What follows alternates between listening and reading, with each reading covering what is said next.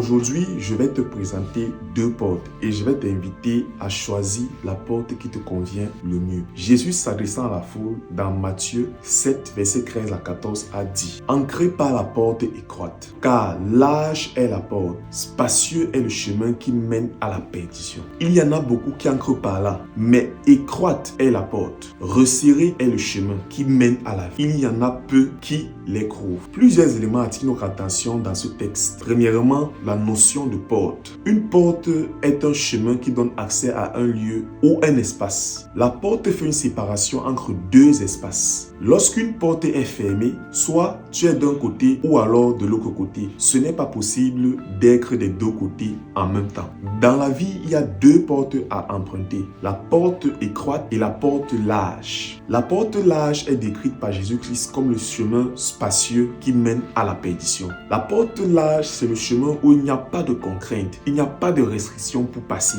C'est la porte de la liberté, c'est la porte de Monsieur Tout-le-Monde. On fait entrer tout ce qu'on veut, qui on veut. C'est la porte où l'on ne renonce à rien. Les personnes qui empruntent la porte large sont celles qui n'ont aucune restriction dans leur vie, aucune contrainte dans leur vie. Ils vivent en toute liberté. C'est la porte où l'amertume, la colère, l'impudicité, le mensonge, la sorcellerie, le vol, la cupidité passent sans problème, sans difficulté. L'ivrognerie, le tabagisme, la drogue, la masturbation et tout ce qui va avec passe au travers de la porte large sans problème. On est libre de faire tout ce qu'on veut. Alors, la porte large rime avec le chemin spacieux. C'est le chemin où on ne craint rien. La route est assez large. C'est le boulevard. Tu as assez d'espace de tous les côtés. Tu marches sans prendre garde de tomber. Les personnes qui empruntent ce chemin sont celles qui vivent sans prendre garde de tomber, sans prendre garde à leur manière de vivre. C'est le chemin, par exemple, de la religion où les gens vivent sans rien craindre parce qu'ils appartiennent à une religion ou à un courant de pensée ou à un système de pensée. Des personnes qui sont dans la paix à cause des actions sociales qu'elles font. Le chemin spacieux, c'est le boulevard où tout le monde va à sa vitesse, où tout le monde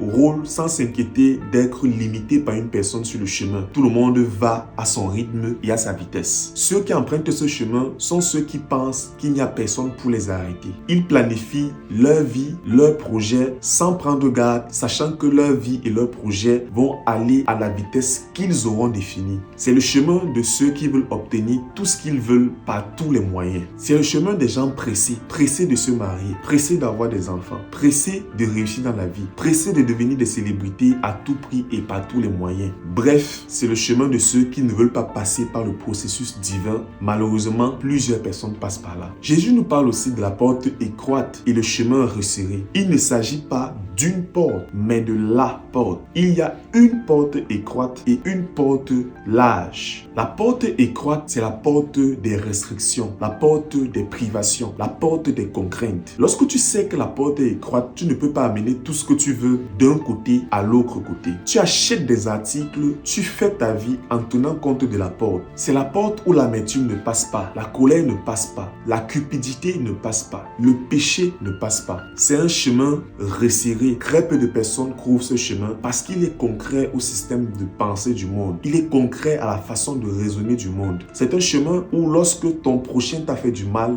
tu dois pardonner. Contrairement au système de pensée du monde où lorsqu'une personne t'a fait du mal, il faut aussi rendre l'appareil à cette personne en faisant aussi du mal. Mais malheureusement, c'est ce chemin qui mène à la vie. Jésus dit dans Jean 10, verset 7 et verset 9, en vérité, je vous le dis, je suis la porte des brebis. Je suis la porte. Si quelqu'un entre par moi, il sera sauvé. Il entrera et il sortira et il trouvera des pâturages. Lorsque Jésus-Christ dit en vérité, c'est pour dire que c'est établi, c'est un fait, c'est scellé. Jésus est la porte étroite par laquelle tu dois passer. Jésus est la porte. Il n'est pas une porte parmi tant d'autres. Il est la porte. Cela veut dire qu'il n'y a aucune autre porte par laquelle tu peux passer si tu veux être sauvé. Je suis désolé de t'informer que tous les chemins ne mènent pas à Rome, toutes les religions ne mènent pas à Dieu. C'est la la porte étroite, Jésus-Christ, loin, qui mène à la vie, qui mène au salut. Si aujourd'hui tu décides d'entrer par la porte Jésus-Christ, tu seras sauvé et tu vas trouver des pâturages. Les pâturages, c'est l'image de la verdure, c'est l'image de la vie, c'est l'image de l'abondance de vie, de la paix, de la joie, du bonheur.